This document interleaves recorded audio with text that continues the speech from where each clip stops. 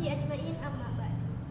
Puji sinareng syukur hayu urang panjatkeun kehadirat Allah Subhanahu wa taala karena tina berkat, nikmat, rahmat sareng karuniana sehingga arurang samudayana tiasa kempal di dia secara sehat walafiat. Amin ya Allah ya rabbal alamin. Mugia sholawat sinareng salam tetap terlimpah curahkeun ka junjungan urang samudayana nyaeta Habibanna wa nabiyana wa maulana Muhammad sallallahu alaihi wasallam, ka para sahabatna, ka para tabi'in-tabi'inna jeung ka kulawargina sadayana sarta terus ka urang samudayana salaku umatna. Ngadegna simkuring di dieu sareng rekan bade mintonkeun biantara anu judulna tentang korupsi. Secara garis gede, korupsi mangrupa kalakuan anu nyalahgunakeun amanah dina hiji masalah atanapi organisasi pikeun menangkeun kauntungan. Biasana si koruptor merencanakeun heula naon anu rek dikorupsikeun. Halah siga rek kawin wae make planning. Nya emang heuh, sok tanyakeun ku si lain ka si koruptor. Di Indo geus teu asing lah korupsi teh, di TV-TV geus loba dina carasan-carasan tetangga digosipkeun ku Kang Asep, ku Kang Ujang, Ceedoh jeung Bapak Tisna.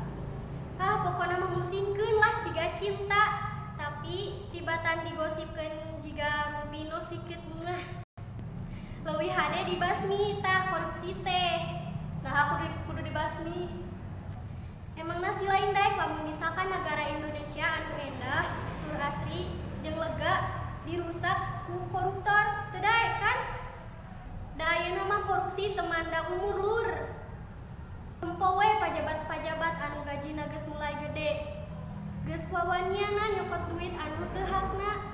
Tempo ibu-ibu anu digawe di UGM, Universitas Garmen Majalaya, geus wawanianan korupsi Indomie jang pibakeuleun pikeun anak jeung incuna di imah.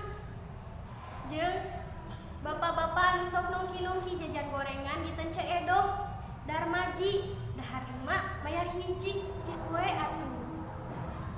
Astagfirullah, maraneh eta teh kalakuan anu teu kapuji nyaho. Ih, amin-amin. Tah lamun maraneh geus ngadengikeun ceramah ti simkuring anu geulis siga Lisa Blackpink, maraneh teh kudu mikir lah anjeun-anjeun teh atulah please.